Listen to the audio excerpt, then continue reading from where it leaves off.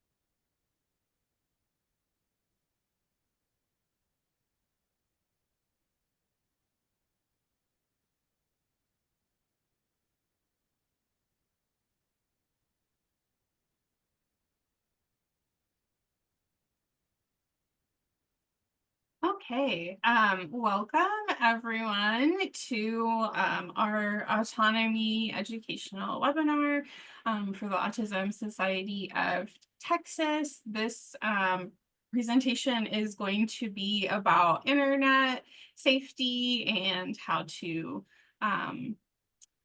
avoid things like scams. So we have today Michelle Garcia and Brandon Delgado. If you would like to introduce yourselves, and we can go from Sure. Hi, I'm Dr. Michelle Garcia, and I'm a psychologist in the Houston area. We are a team who supports individuals with neurodiverse needs in a wide variety of capacities, from social skills to healthy relationship education or sex education.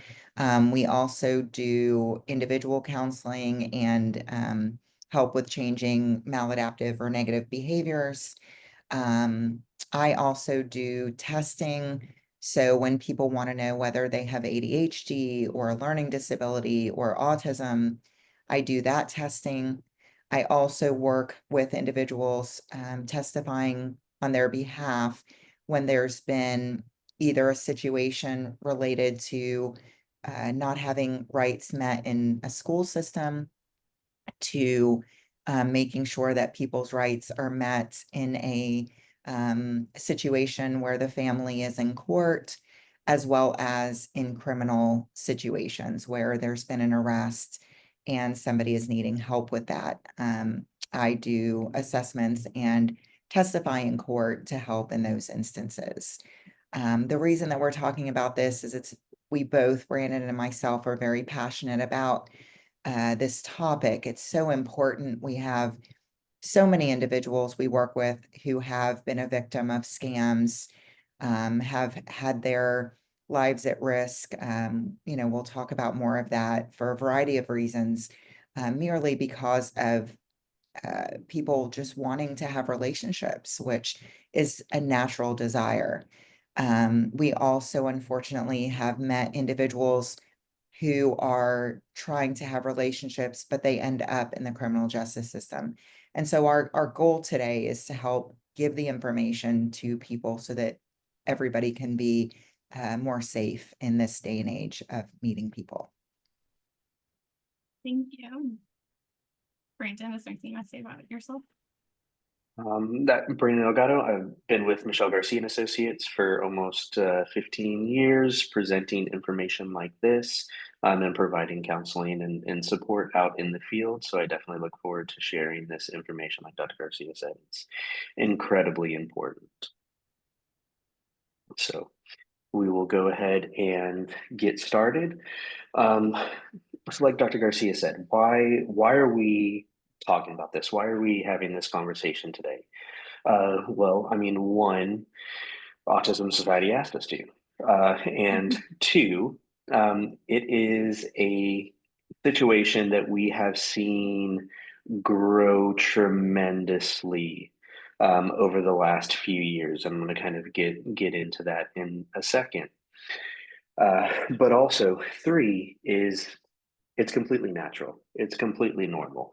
As we start to age and enter into adulthood, it's pretty natural for us to see other individuals around us, ones that we went to school with, siblings around our age or a little bit older, and we see what they're doing, the lives that they're living, and it's only natural to kind of have that desire to compare our life to those around us. Now, I'm sure many of us have heard the saying, "Comparison is the thief of joy." I don't remember if I said that or if it was President Theodore Roosevelt. It was one of the two of us. But the point is, it is very, very true. When we start to compare what we have, what our life is like, the things that we do to those around us, we're always going to be able to find people that have more, that have better. And of course, that's going to impact us in an extremely negative way. So when we start to do that, and we start to compare what our life looks like compared to others, compared to what we see on social media, um, it's only going to create a lot of negative feelings for us that aren't entirely accurate, especially if we're comparing to social media where everyone is putting the best of the best out there for others to see. They're not sharing that they woke up and they stubbed their toe on the bedpost in the mornings, which is a normal thing that happens to everybody. But that's not what we post. We post these glamorous, amazing events that happen. And so, of course, we're going to see that and be disappointed that we woke up and we ate Cheerios while someone else is, on a vacation. Um, but that's not real life. So we have to be cautious on those comparisons that we start to make. Additionally, we have that feeling where we want sort of the traditional normal life, but I don't really know what that is. I don't really know what that looks like. I can certainly tell you, Dr. Garcia, knowing me for 15 years, would say I'm anything but normal. And don't shake your head, yes. That that was a rhetorical question.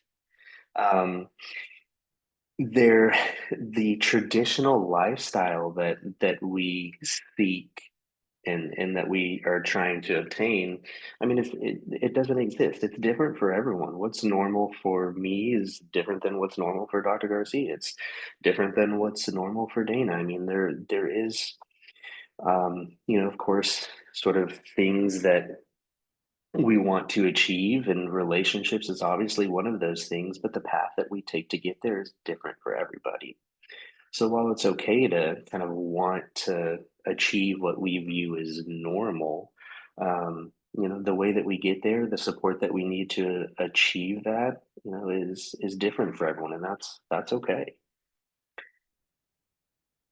Adulthood, we think, means independence. And on one hand, it certainly does. And that's what we want as we get older, is we want to be more independent. We want to make more choices on our own. And we want to have less people telling us what to do, where to go, what's to eat. We want to be able to make those choices more independently. And I completely understand that. But I think one thing that we don't see, is that not everyone is making all of our choices 100% independently. Don't do that. I've got family members, I've got friends, I've got people that I trust in my life that I go to for help with things, for advice, for suggestions on how to handle situations. And so, sure, there are things that I do independently, but there are things that I don't. And we don't always see that for people. So, of course, we want to move towards independence, and that's a natural progression for some people in life. And so it makes sense that we would want to kind of work towards that. But one big issue that we see when it comes to trying to work towards all these steps is that there's a lack of education on how to do that in the appropriate ways. We go through school and we have these experiences. We may take social skills classes that go over sort of basic introductory skills, but that stuff only gets us so far, and it doesn't go into sort of the deeper aspects of relationships and friendships. We can greet people, and we can, remember our eye contact and remember to share conversations.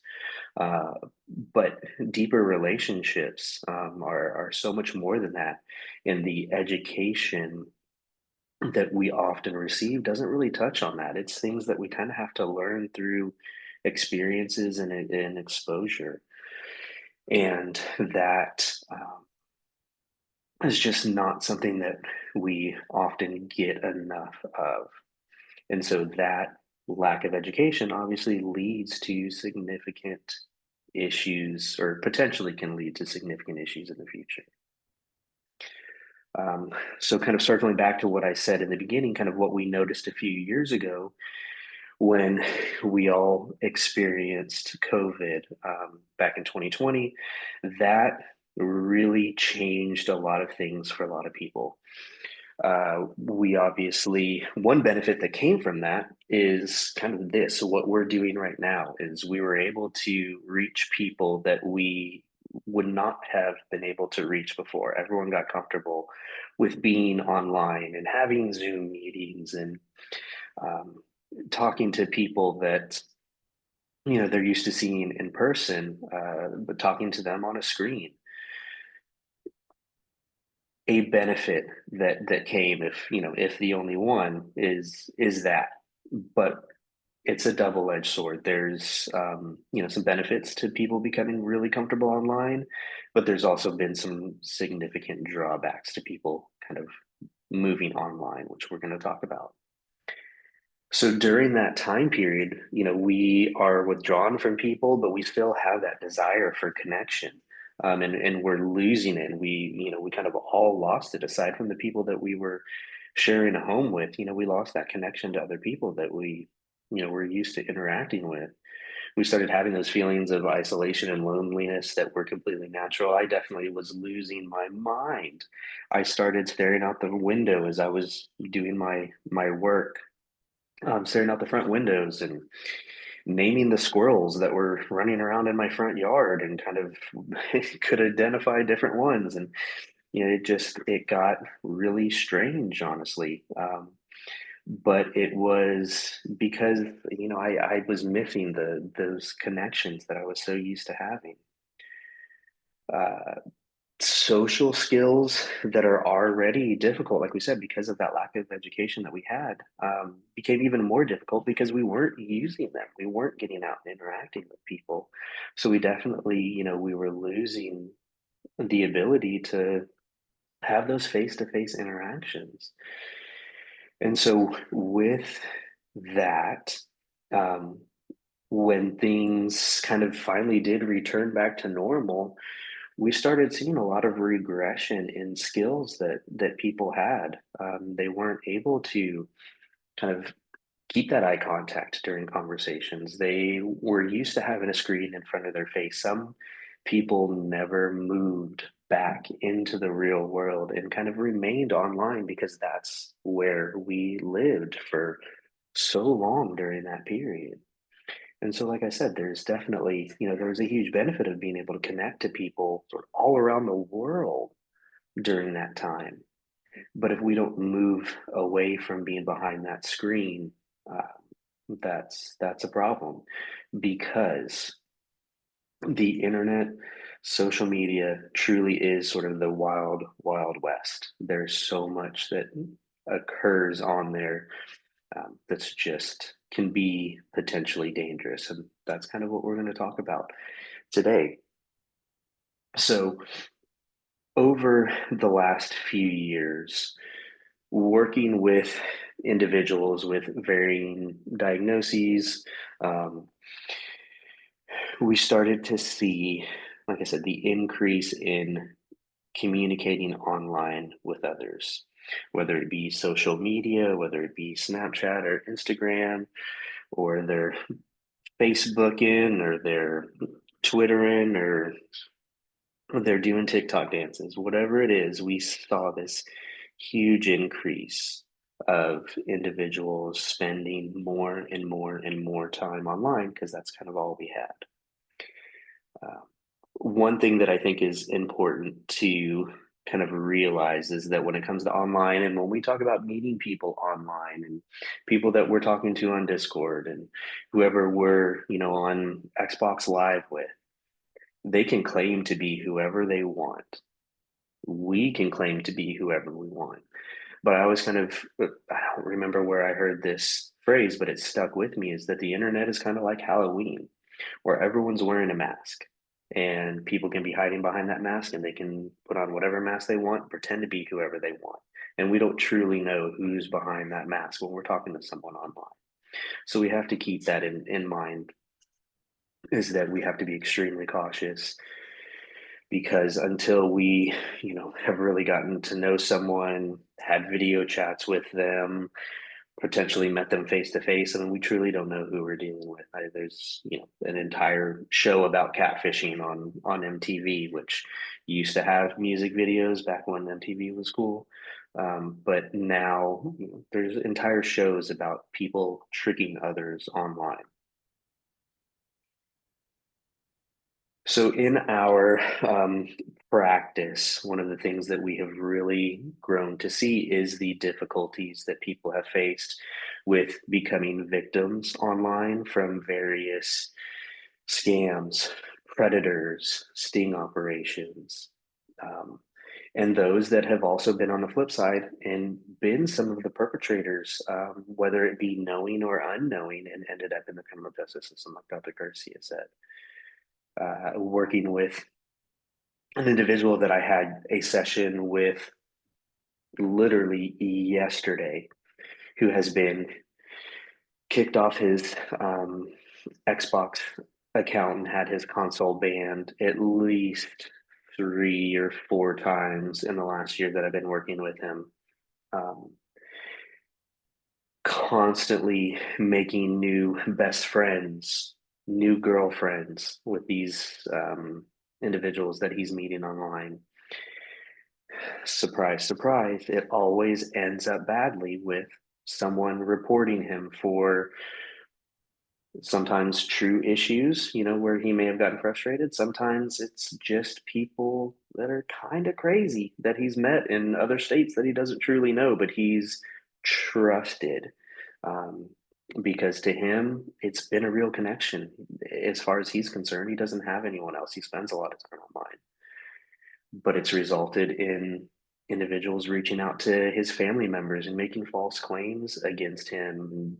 Some pretty serious allegations that I know are not true, because we've discussed those situations and he's shown me proof. But still, the fact that he's upset, a best friend that he has made on Xbox Live, resulting in them reaching out to family members that they have found through Facebook and making claims of him, engaging in sexual conversations with minors, is really severe allegations that could result in legal action against him, all because, he was reaching out for connection with people that just weren't good people. And so we have to be extremely cautious in these situations. And Dr. Garcia is going to kind of explain some more about that. All right. So, Brandon talked a lot about how we got to the point that we're at, some of the dangers of social media. Now, the unfortunate thing, as he talked about, is that we have experience with many people who have both been a victim and ended up in the criminal justice system. So we see both sides of the dangers. There are so many situations. Human trafficking is just on the rise in so many places. And so when we talk about things like kidnapping, which again doesn't have to mean children or teenagers. I mean, even adults can certainly be kidnapped or trafficked. And it's just unfortunately now so easy, as he talked about, to become somebody else online. And so, we look at situations where we've had situations where somebody was wanting to meet another person and they didn't really know anything about them. They had met online and they were planning to meet, out. The person was going to go with this other person and had even given their address to them. So just very scary. Fortunately, in this case, there was somebody who found out about it in time. But we know that human trafficking and kidnapping are real things that happen every day. Getting abused is another very scary situation.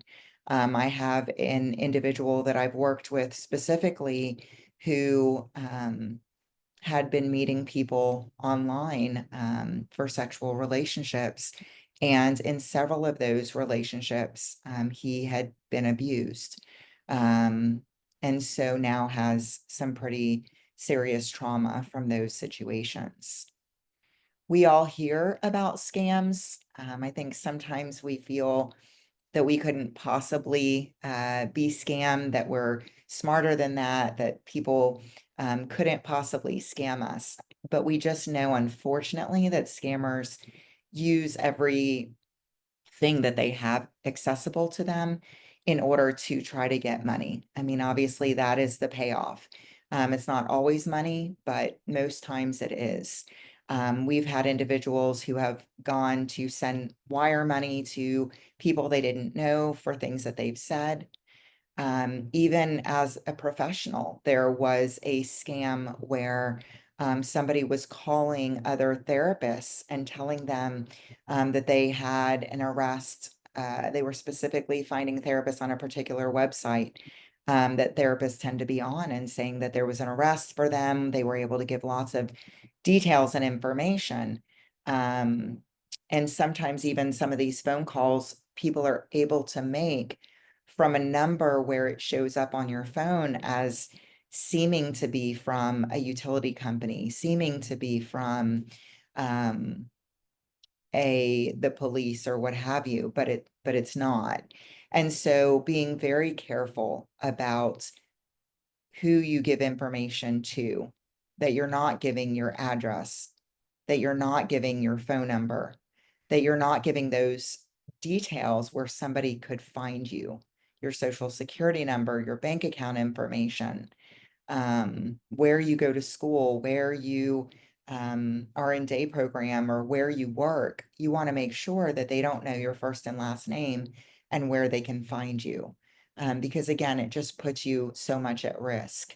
With the scams, we've also had situations where there was somebody who was told through email that they were part of an organization supporting a particular political person. And so this person does support that political individual. And therefore, when they got the email, they sent thousands of dollars out to this person that emailed.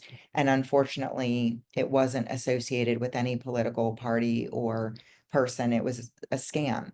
So there are just lots of situations where people can pretend to be somebody else in order to get this information. So we really, as Brandon said, need to make sure that we have, video chatted. And again, that's not always enough, but that we get enough details, spend enough time getting to know the real person by videoing and looking at them and talking to them and knowing more. And that even in the beginning of a relationship, we don't give out our very personal information. That we get to know them first before we do anything. And certainly if somebody wants to meet you and they want money or, anything to that effect. I have another individual I met with yesterday who has been the victim of a scam where somebody is trying to marry her so that they can get their citizenship. So, there's just a lot of scary situations out there. Peer pressure, we think about peer pressure when we think about school and face to face, but now there's a lot of peer pressure going on online. There are groups where people are trying to build their foundation. Many times it's against other human groups, and they can be very persuasive and use language that's very pressuring to try to get individuals to join their organization, again, against other human beings, and to do things that are, potentially could put that person at risk in the name of supporting these organizations. So we have to be very careful. The other thing that has come about, of course, is cyberbullying.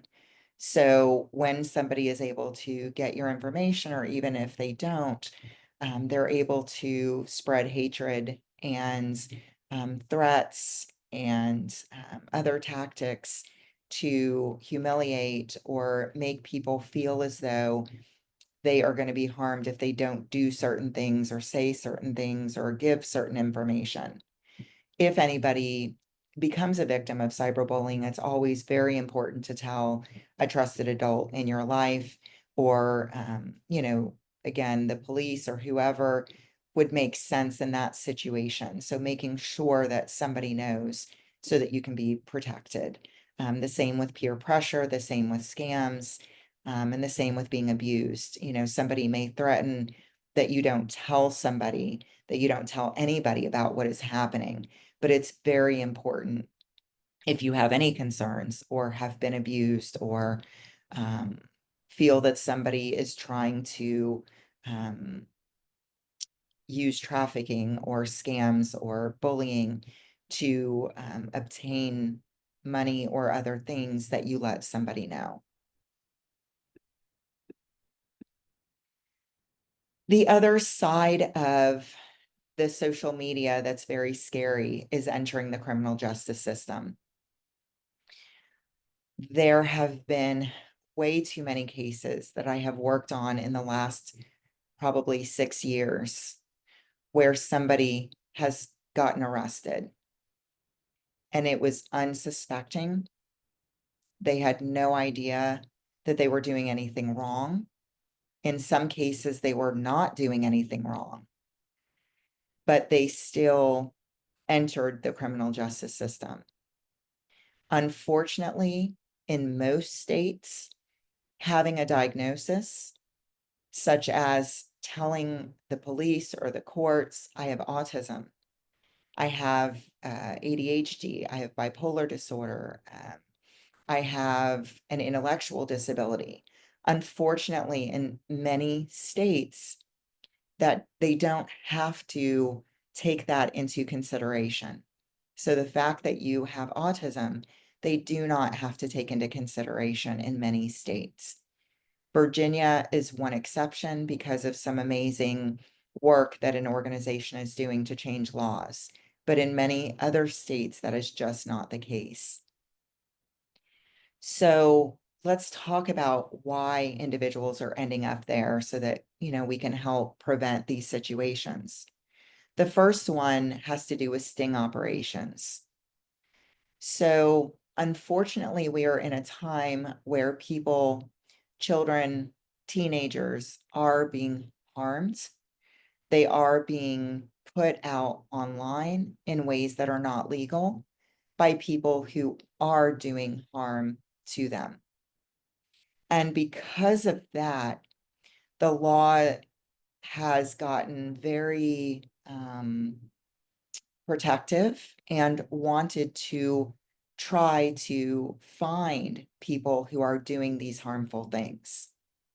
In the process of that, they are catching people who are not trying to do harm.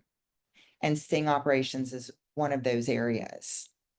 So what is happening is the police are going into these places. They're going on Xbox Live and pretending to be a teenager or a young adult. They are going on to Discord and pretending to be somebody who would be in that Discord room. They are going into these online communities and pretending to be somebody to gain trust from the people in that room. In doing so, they may say things to try to get to know somebody, to try to talk off of that group, to talk privately, to talk individually. They may express romantic interest in you or somebody in that group. As they get you or somebody in the group off of that group into a private messaging, they may start to talk about getting together. They may talk about sending pictures or, being involved sexually or romantically. And in the course of that, sometimes what they are doing is they are saying things like, and these are things to listen for, things like, well, I'm in school, so I can't talk to you until after I get out of school, or I have to wait until my mom or my dad leaves to go to work before I can talk to you. So what they're doing is they're, again, saying things that in the police's eyes, they feel is an obvious indication of being underage, but unfortunately, it's not always that obvious. Then they are sometimes saying that they are underage when a person is on the way to meet them, or maybe the day before their meeting. And then what's happening is if the person still goes to meet because they're confused, because maybe the pictures don't look to be like a teenager, or, maybe this is confusing information and they're unsure of why this would be happening. When the person goes to meet them, the police are arresting them. And then unfortunately, when the person is questioned, the police are trying to get a confession. So trying to get the person to say, yes, I really did know that you were a teenager. I really still was interested in being with you sexually or romantically, even though that may not be the case. So it's just very, very important to be very careful when we are online about talking to people, especially individually, and being very aware of what is being said and cautious, making sure to, again, meet people through video and making sure that the person, that you're talking to, that you can see them. The next is pornography and sending and receiving pictures. So again, in this day and age, many people will get into what they consider a relationship with somebody who lives in another state, another country. And in the process of that, sometimes people want to send pictures. Unfortunately, when we send pictures of ourselves without clothing, or even with clothing, we don't know where those pictures are going to end up. We don't know what that other person is going to do with that picture. And I know there are some applications where the picture is supposed to go away, but we know that people can take a picture of that from another device. We know that there are other ways to take that picture and distribute it elsewhere. So that picture can end up online, it can end up in other people's hands. The other thing, of course, is if one of the persons on that messaging happen to be under the age of 18, or they have a guardian, then that can become a problem legally.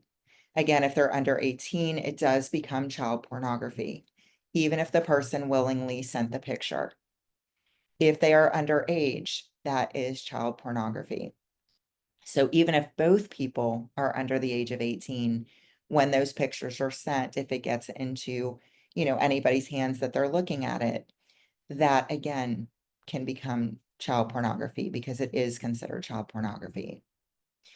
Another thing that has happened, because we know that curiosity is natural, is we have had individuals who have gone onto pornography sites, and while they're there, they have downloaded files that have multiple images. And in some of those images, there were images of teenagers or children. Anytime that folder is opened, even if that was not the intention, if there are pictures on there that are children or teenagers, that does still constitute child pornography and can lead to an arrest.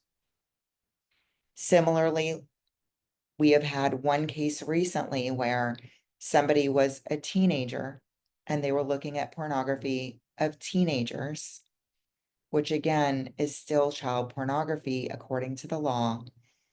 But they then had downloaded it as a teenager, did not look at it again, and as an adult transferred one device to another device, and it happened to transfer those downloaded files that the person had not thought of in years. And at that point, the person was an adult, and so it got out there, and so the police did come and arrest this person. So again, it's just, we have to be so very careful. Age of consent, people can always say that they are a different age. We absolutely have to make sure that if we are an adult, we are dating adults.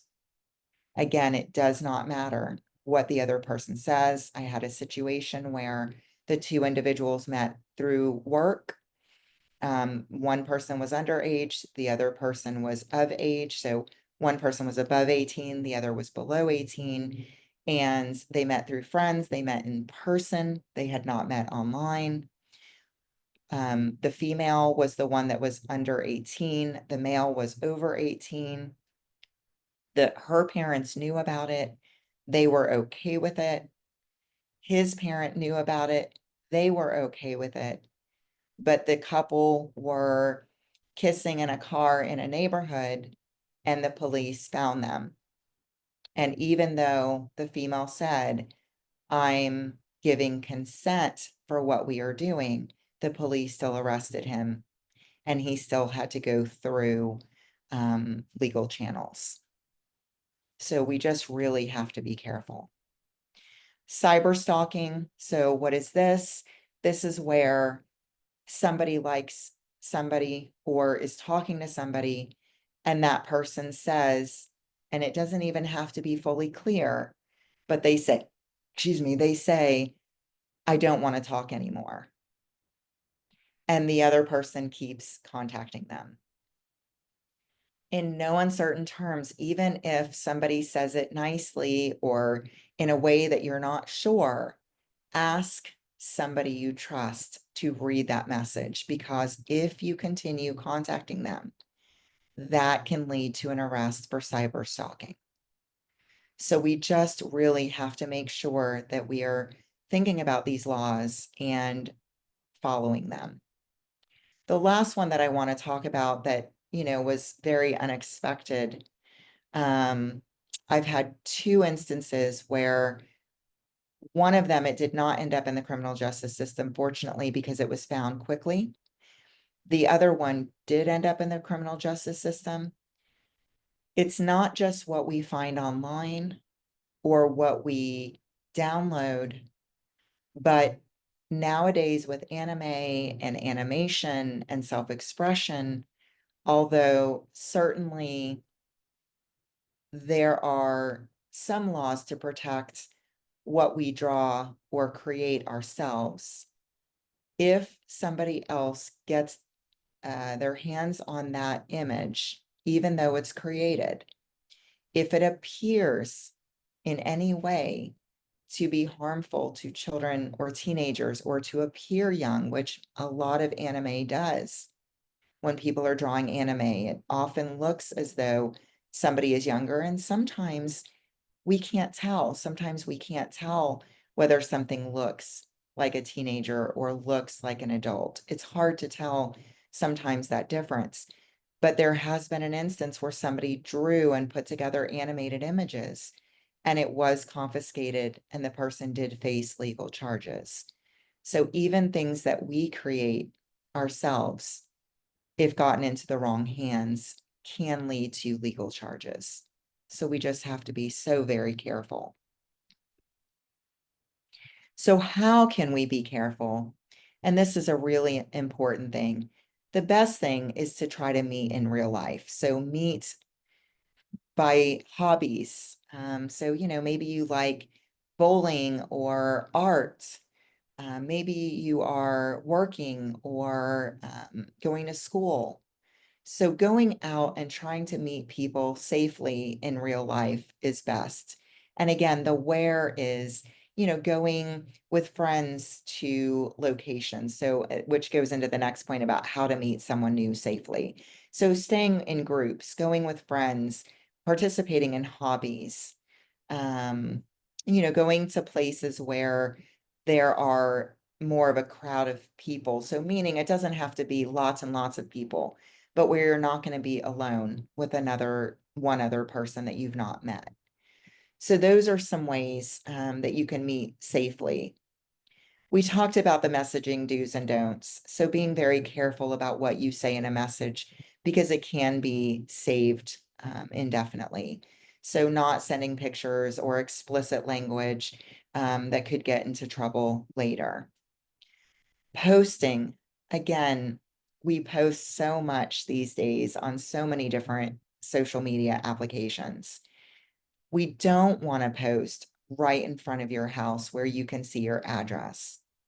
You don't want to post where people can see your credit card number or your phone number or something about yourself right in front of the name of your school, right in front of the name of your work. Posting with your first and last name, posting that you're going to be going out of town for the weekend, posting that you just won the lottery. Anything that might draw attention are things that you don't want to post because it can cause somebody to try to find you and to be able more easily to find you. And then as I talked about online community safety, we just really have to be careful. People are not always who they say they are online, unfortunately. And when we're in these communities, again, it can be people who are posing as somebody else. It can be the police in the middle of a sting operation. So we just really need to be careful when we're in these online communities and remember that we are online and people are not always who they say they are. Here are some resources if you are dealing with any of these situations or are worried about these situations and want to get more education. Contact the Autism Society, your local ARC. We have a program down here in Texas called Act Lend, where it helps individuals with autism. Decriminalize Developmental Disabilities is a great organization out of Virginia where they provide national support to people. So if you have ended up in the criminal justice system or have had an arrest, they are a wonderful organization to get in touch with. They have lots of great resources and supports. Mark Mahoney is an attorney who does some great work in this area. There is a program called Peers that is out of UCLA, and there are coaches that have been trained everywhere, and it teaches how to meet people, how to start conversations, how to make friends, so that we can do that in a safer way, in a way that that we can do more positively and successfully. We also offer a QOL sex education group where we talk about a lot of these subjects so that we can help people stay safe. Questions? Awesome. Thank you so much. Michelle and Brandon for sharing that important information. We do have one question. I know that you mentioned, laws vary by state regarding how, law enforcement deals with disability status. Could you maybe speak a little bit more specifically about Texas, if people find that they're interacting with law enforcement, should they disclose autism, in Texas, will there be any kind of protections?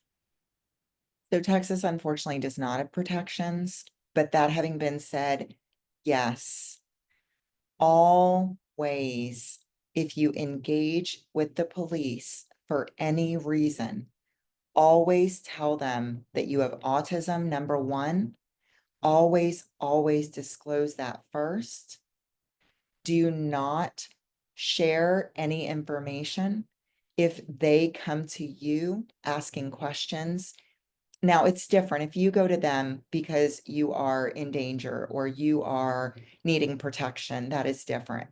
But if the police come to you and ask questions, immediately tell them that you have autism and that you need a lawyer and or your guardian or parent or trusted adult, whomever is in your life that can help advocate for you. Always, always ask for that first. Never volunteer information just because they're the police. Even if they say you have to tell them, you do have rights. And so it is very important to say, I have autism and I'm going to need somebody there before I can answer questions. You also, unless they have a search warrant, you also do not have to immediately turn over your phone or your devices. You do not have to do that. I know that's very scary, but what you again can say is, I have autism, and before I can give anything or say anything, I need somebody there, and but tell them who. I need Mary Jo there. They're my aunts. I need Shirley whatever Jones there or Joe Smith there because they're my advocate. I need my therapist to be called right now. This is their name and phone number. I need an attorney. I need access to an attorney if you don't already have one. So definitely, definitely make sure that you say that first. You do not have to answer questions if they come to you or turn over any devices. We did have a couple more questions, but I just wanted to do a follow-up as well, I guess, regarding like phone security. I've heard people say not to set up your phone to do like the facial or thumbprint to unlock it and to do a passcode instead. Would you recommend that as well? So I don't really know. I've not heard that. Okay. Do you know Um, why they've said that or what Well, I guess the idea is that, the police could technically force you to like put your thumb on your phone and then it would unlock it. But if you have a passcode, you can just choose to not disclose it. So I mean, I guess that was sort of the concern that people have had, but I didn't know if you, had any experiences either way. So I have not. I would say, given the information you said, it sounds like it would make sense to use a passcode. I will also say, if you ask for, a lawyer or somebody to be there and they don't have a search warrant and they take your phone and use your face or thumbprint to get into it, then that can have legal ramifications, especially if you did not give permission. But yeah, I mean, it may at least provide another layer having a passcode instead. Layer of protection. Yeah, for sure. Somebody asked a question about blackmail. If you had any advice regarding if somebody's being blackmailed. I assume maybe, it's like someone knows, that they maybe have access to some kind of images or some of the things that we've discussed and trying to use that against them. Yeah, absolutely. If somebody's being blackmailed, I mean, you need to tell somebody, right away, again, a trusted adult. So even though you're being blackmailed and they're trying to, you know, convince you of something or not to do something, it's important to tell a trusted adult. Again, I would talk to a trusted adult first, so that they can help you. Obviously, an attorney would probably be a good idea depending on what the blackmail is related to. But I would definitely tell somebody that you can trust, though. And I would say also, in addition, in certain situations, getting police involvement can be necessary as well. I've had individuals I've worked with that have been blackmailed online, and them and the family did get police involved in that situation. Oftentimes, it's done from overseas, and there's generally not much that's able to come from it. But that may be a necessary step as well. And then somebody asked a question regarding just advice about sending money to friends online, or I guess maybe just kind of general tips about how to send money safely, or when to do it or not. Yeah, so first and foremost, we want to make sure if we are sending money, one, that they are truly friends we have met in person, that we see them regularly in person, and that they don't regularly ask for money. True friends are not asking for money, typically at all, but if they are, it's usually in very rare circumstances. So if somebody is often asking for money or asking you to buy them lunch or snacks or drinks or pay for things for them, then that probably need to reevaluate the friendship. But in instances where it's a friend you've met in real life, you're wanting, maybe they paid for a ticket and you just have to pay them back. You just want to make sure that you're using, the reputable apps, or that you're handing it to them in person. But again, friends in general shouldn't be asking for money.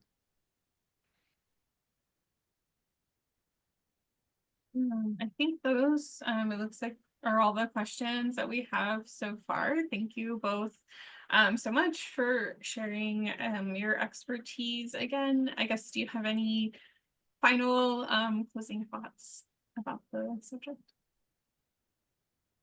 I don't. If anybody has questions, our contact information is up. If anybody needs anything, Brandon, anything. No, I think we've kind of covered everything. Please do reach out if there's any other questions or concerns, because it's a growing need that's not going anywhere. Yeah, and I think, things are changing all the time, or, there's always kind of like new scams, that people are learning about. So definitely it's always evolving. All right, well, I think we'll end it there, but thank you all so much. Thank you. Thank you.